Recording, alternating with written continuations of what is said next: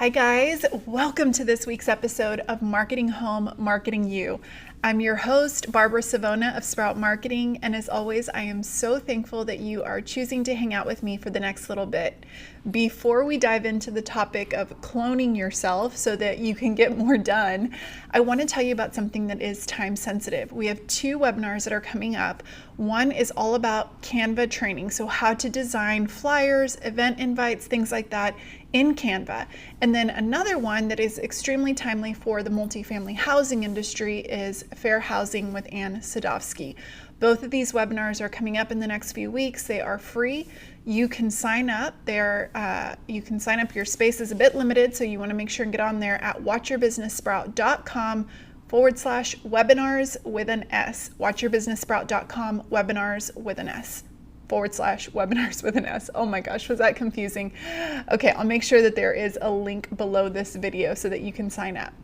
Okay, one of the commonalities of things when I'm talking to property managers, busy property managers, I've never met a not busy property manager, so I feel like that goes without saying, or entrepreneurs, I work with both, is that there's just never enough time. That their dream scenario would be that they could duplicate themselves, they could clone themselves. They wish they could be at 2 places at once. They would feel that they would have a bigger reach, they would be able to get more done, and they just feel like they're being pulled in a million different directions. Have you ever felt that way? I know that I did. Early on when I started as a property manager, I often felt like I was being pulled in a million different directions, like I couldn't really be there for my residents and my team the way I wanted to. I wish that there was just more of me to go around. I felt that way again when I first started my business with Sprout, just feeling like kind of run down, like there just wasn't enough. And as scary as this would be to my husband, I thought, gosh, wouldn't it be great if there could be 2 of me? Thankfully, that didn't happen, but this idea of cloning myself, I always kind of joke about it, but there are definitely ways to clone yourself so that you can, and for those of you that are just listening, I say that with quotation marks, with air quotes, clone yourself so that you can create systems, processes, and partnerships to make it feel like there's more of you to go around. And this is especially beneficial, one, if you're trying to grow a business. There is only so far that you can get growing a business as just yourself, just one person, without really good systems and processes, and then eventually, depending on how far you want to scale, without additional help. And then as a property manager, you could end up having an entire career where you feel just run down and burnt out. And that happens. I mean, it's crazy to me how many people spend 5, 10, 20, 30 years and they always have that feeling. So today I want to talk about 2 very different ways, one being a process-based approach, and another being kind of a partnership-based approach to clone yourself. So I've got my little diagram that we're going to talk about today. And the first that I want to talk through is processes. So one of the most simple things that you can do when life is crazy and you feel like you need to be at 2 places at once, or you feel you're being pulled in a million different directions, is to take inventory of when that's happening. So the very first thing that I want you to do if you find yourself in that spot is maybe at the end of the week, a Friday or a Saturday, when there's a little bit of quiet time, I want you to sit down and take inventory of when throughout the week did you feel that. Was it that a resident came in and you also had this going on with a team member that didn't know something that maybe you wish they knew? Or maybe you're a business owner and you felt that way when you needed to get a couple of things out, but you had to pick one over the other. Was it an email or was it your social media, right? Because you felt like you couldn't do both of these things at once. So the first thing is to identify where is the friction, where is the pull, where do you feel taxed? You can do this at the end of the week if you have a good memory. If you don't, I would just say keep a tally throughout the week. So all day, Monday, Tuesday, Wednesday, Thursday, Friday, Saturday, whatever it is, anytime there was a scenario where you're like, gosh, I wish I could have been here and also here, or trained this person on this, or had help here, then I want you to write it down. That's all I want you to do for the first week.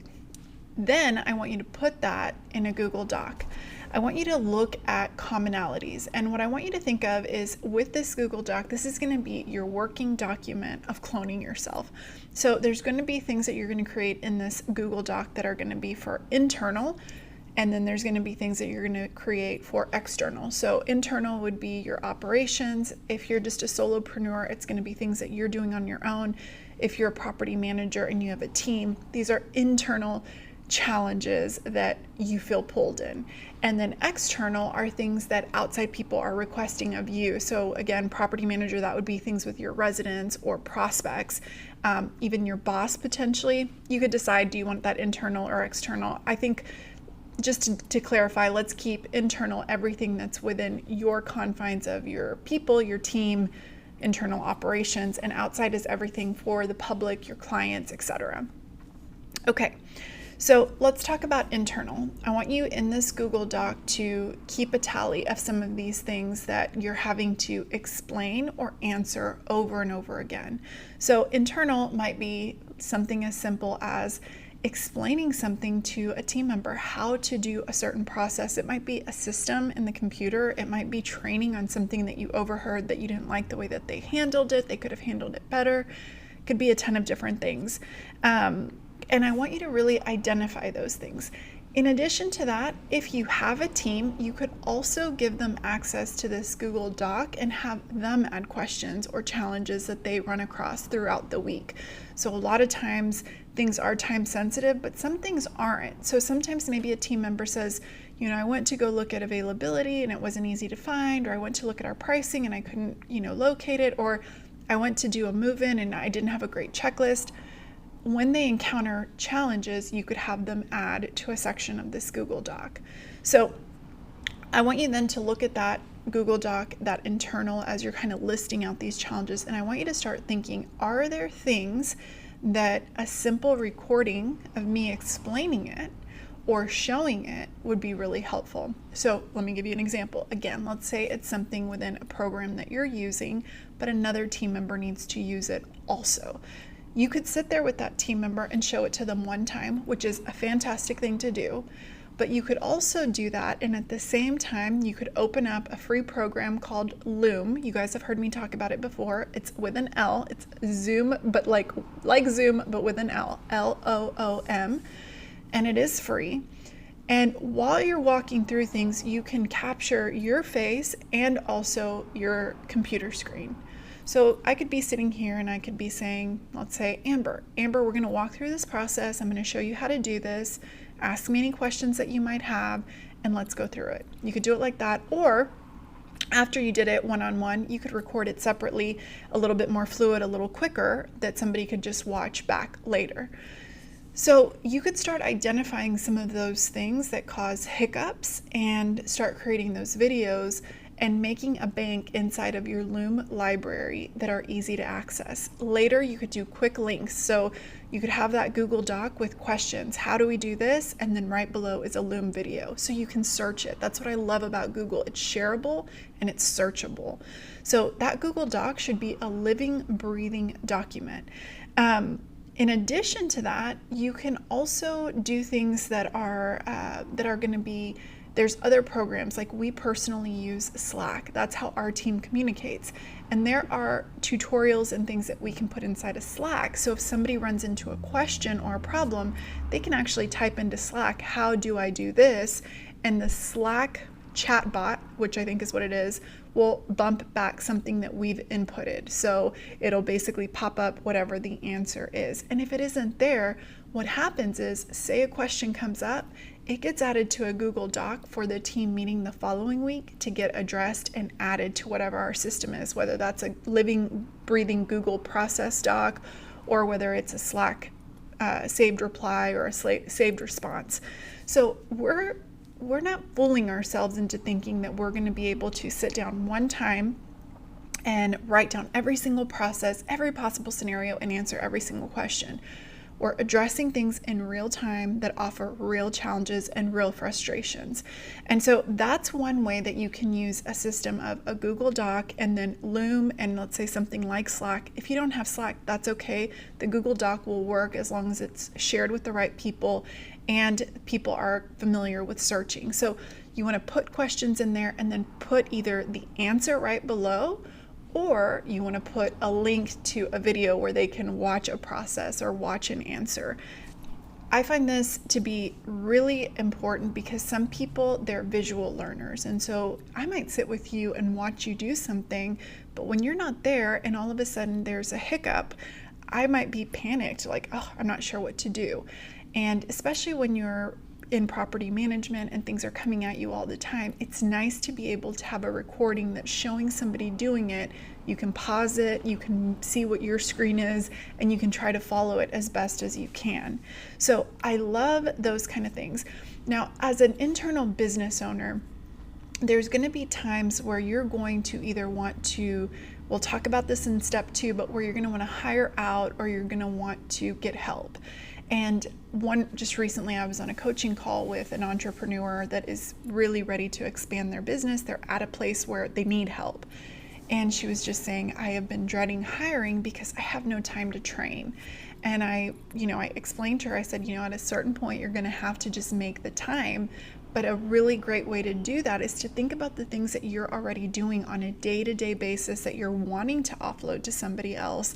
Start recording these Loom videos, start putting those in place now so that they're ready. And so, when you first hire somebody, those first few days, if you don't have a plan of what you're going to teach them, how awesome would it be to say, okay, I've got X number of videos I want you to watch, and then I want you to work through these processes, some hands-on training.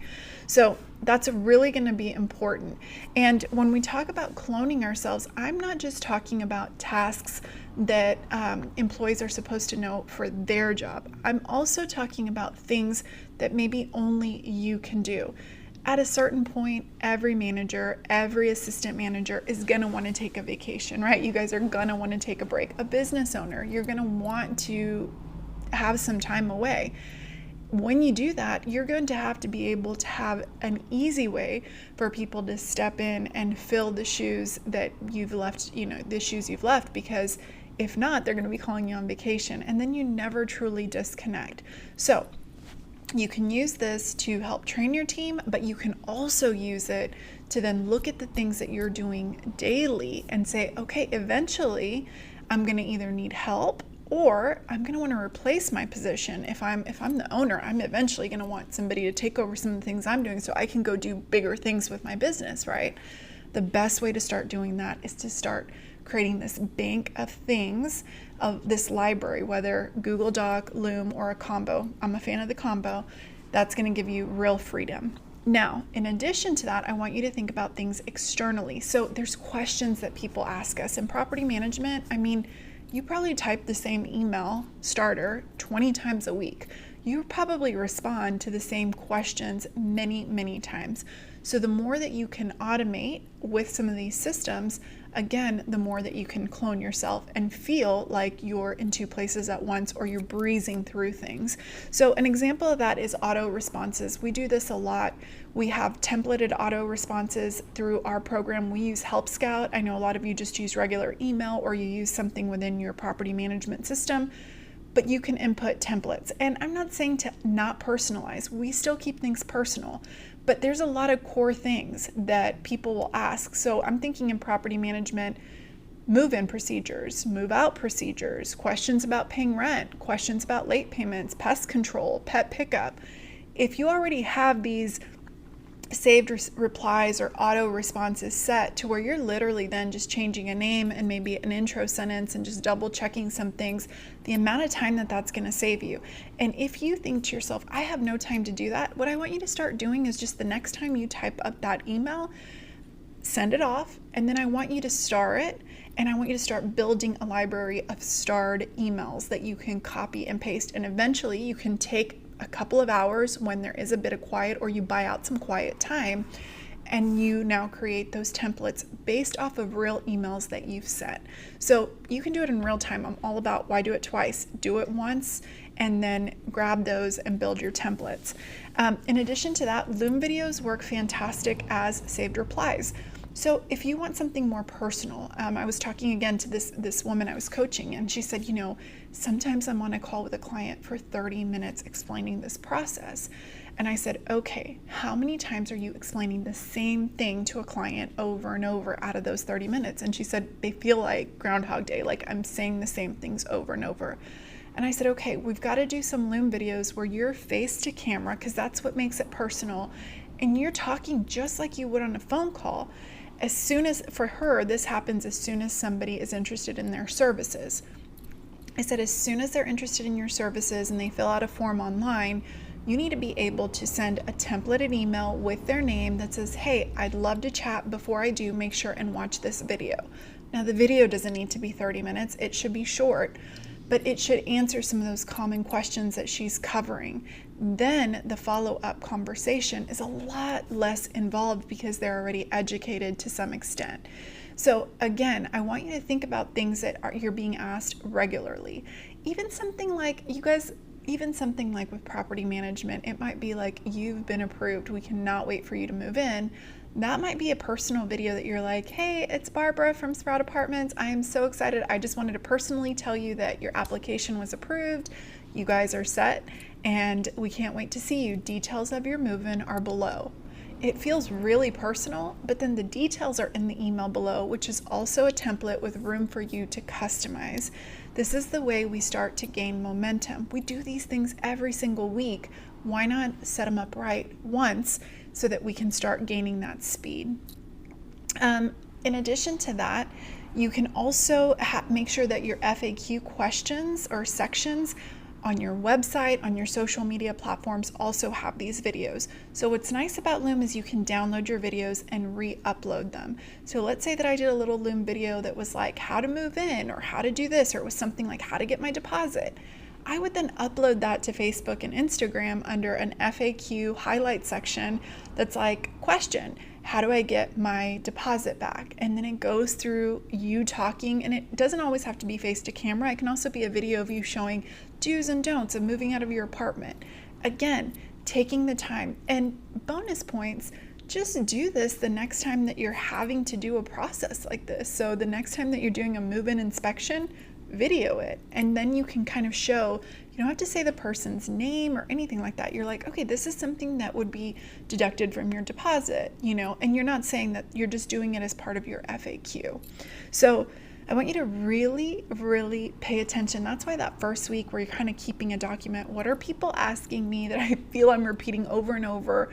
Where do I feel stretched? Where do I feel my employees need some training on? Those are the places that you're going to create this Google Doc and your Loom videos and saved replies and templates. So all of your systems are coming together to support you. One other little trick. When I was first starting out as a property manager, this was something that I was overwhelmed with. And so I even started asking my maintenance man to do the same thing, to help answer questions that I got a lot of. There was a lot of things that I'd get questions on that I'd have to then radio my maintenance man and ask him about. Now, if you've been at the same community and in your experience, this isn't an issue for you. But if you're not, this is where you can partner with your maintenance. And now technology has come such a long way. You can ask them, video some things that are taking up time, like, how do you reset the garbage disposal? Where do you change the air filter? Things like that are easy. You can have those ready to go in all of your saved replies. You can have them on your desktop or as part of your email system. Just makes it easy. And then the key then is educate your team on where to look for the answers. That is not you. So the challenge is going to be, okay, we've got this in place. We're reviewing this, but if this doc just becomes massive and nobody knows how to find things, it becomes obsolete. So make sure it's regularly reviewed and the team knows how to access the information, how to use it, who's allowed to use what. If then this scenarios are really great to do too. So like an example, we would not do this or we would do this. That helps a lot too. And you can have different docs for different topics. So leasing questions, move-in questions, maintenance questions, procedures. Have it in one folder and then they can search it and it just makes it super easy. So you're cloning yourself with processes and technology in that way. You're slowing down to set up systems that are going to support you in the long run. Okay, the second way to clone yourself is to literally expand who's helping you out, okay? And when I talk about that, something that I think has helped make us successful at Sprout is this is something we've tried to implement from the beginning, but we've gotten better over the last couple of years. Every person has a counterpart. So it's like the yin to your yang, right? It's like the Barbara to the Lauren. Lauren and I are business partners, but we also can fill in a lot of spaces. I can do a lot of the things that she can, and she can do a lot of the things that I can. And there's a lot of things that we each do individually. But the point is, in a team, it really helps to have a counterpart. So as a property manager, you want to approach these in various ways. You could do this with your assistant manager. If you have a strong assistant manager or even a really strong leasing person, you could really start to train them into different things that you do that they can also occasionally do. Hey, sit with me, watch how I post rent. Hey, sit with me and watch how I'm going to handle this challenging situation. And then ask them, how would you have handled it? So real live training. And I'm not talking again about their job. I'm talking about aspects of your job. So again, as leaders, our job is to lift up, and we're trying to up and onward, right? So we want people to feel like we're not scared of them taking our job. We want our team to be successful. The more successful they are, the more successful we are. So having a counterpart is going to be huge. You can also do this as a property manager in another way. If you have a sister community and you make friends with a property manager, she can kind of be your partner in crime that your team can call if you're out, and vice versa. There is huge freedom in knowing that when you are on vacation or you're sick, there's somebody else that has your back and has your best interest at heart, but also knows the ins and outs of your community. So if I was going to do this with somebody at a sister community, I would make sure they had access to my Google Doc and my videos, vice versa. And I would try to find time that we could kind of visit each other's communities. And you might have to clear this with a regional, but honestly, the better that you're supported across the board in a portfolio, I mean, this is what teamwork is all about. You can fill each other's holes and basically give each other the freedom to just occasionally take some time off and not worry about it. So your counterpart is going to be super important. Another thing is, let's say that you're a business owner. You might start by getting a virtual assistant to help offload certain things off of you. Again, those Loom videos, that Google Doc is going to be huge. Screen sharing via Zoom and saying, hey, I want you to watch, while I do this, check out what's going on here.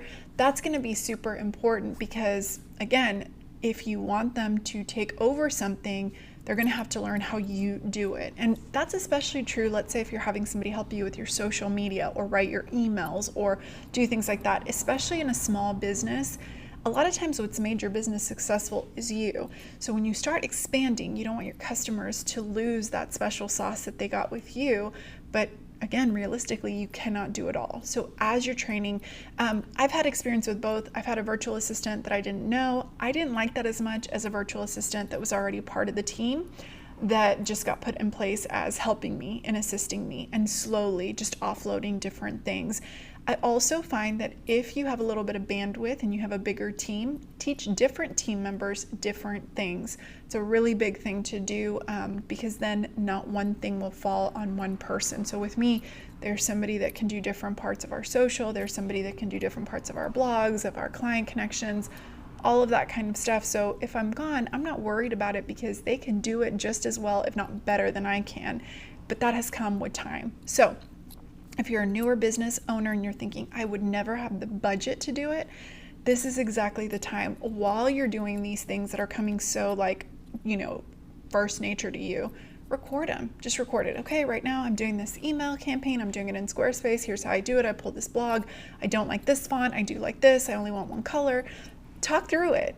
Those are going to be invaluable. Or you have a weird email that comes up. Okay, this is how I'm handling this email. And you might feel silly, but I guarantee you that's the kind of stuff you want to document so that when you do have a virtual assistant or you hire actually an employee, you're just like passing on your wisdom. And I'm telling you, employees love being able to go back. They don't feel under the gun to have to ask you. They can do it at their own pace. They can pause and be like, okay, where does that go?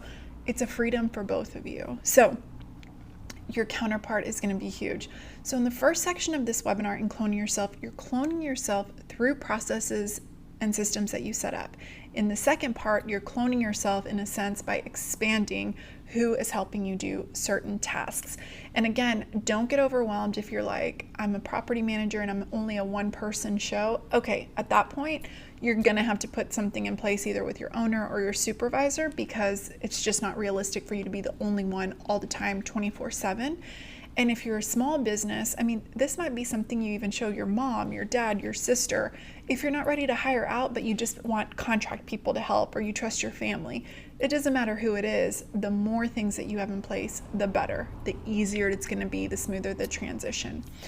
I know we all wish we could be at more places at one, and I know that sometimes we go so fast that we feel we have no time to slow down.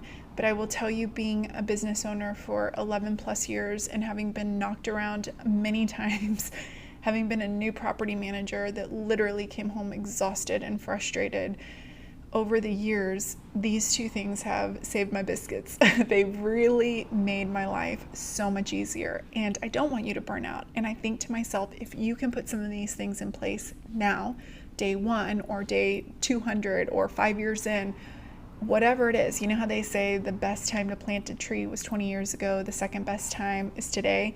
I think about that with processes and expanding yourself in the senses. The best time to do it was, last year when you first started, immediately. The second best time is right now. So today, make a goal to record yourself or start your Google Doc and document the hiccups, the stretches, the frustrations. Do that for a few days and then start putting in these processes to help address them. And then when the time is right, find your counterpart, because I promise you 2 heads are always better than 1. And that's my advice for how to clone yourself when you are running your own business, or you're running a business like it's your own. Because I know you property managers, that's how you do, because that's how I did. All right, guys, it's been great. It's been fun. I can't wait to talk to y'all next week. Don't forget to visit watchyourbusinesssprout.com/webinars to sign up for those webinars. You can also go to trysproutfree.com to get on our email list and get a ton of our favorite free resources, a lot in line with what we're talking about, maximizing your time, just getting the biggest bang for your buck. And when I say your buck, I'm not just talking about money, I'm talking about your energy, your time, your freedom, all of that. Okay, guys, I'll see you soon. Bye.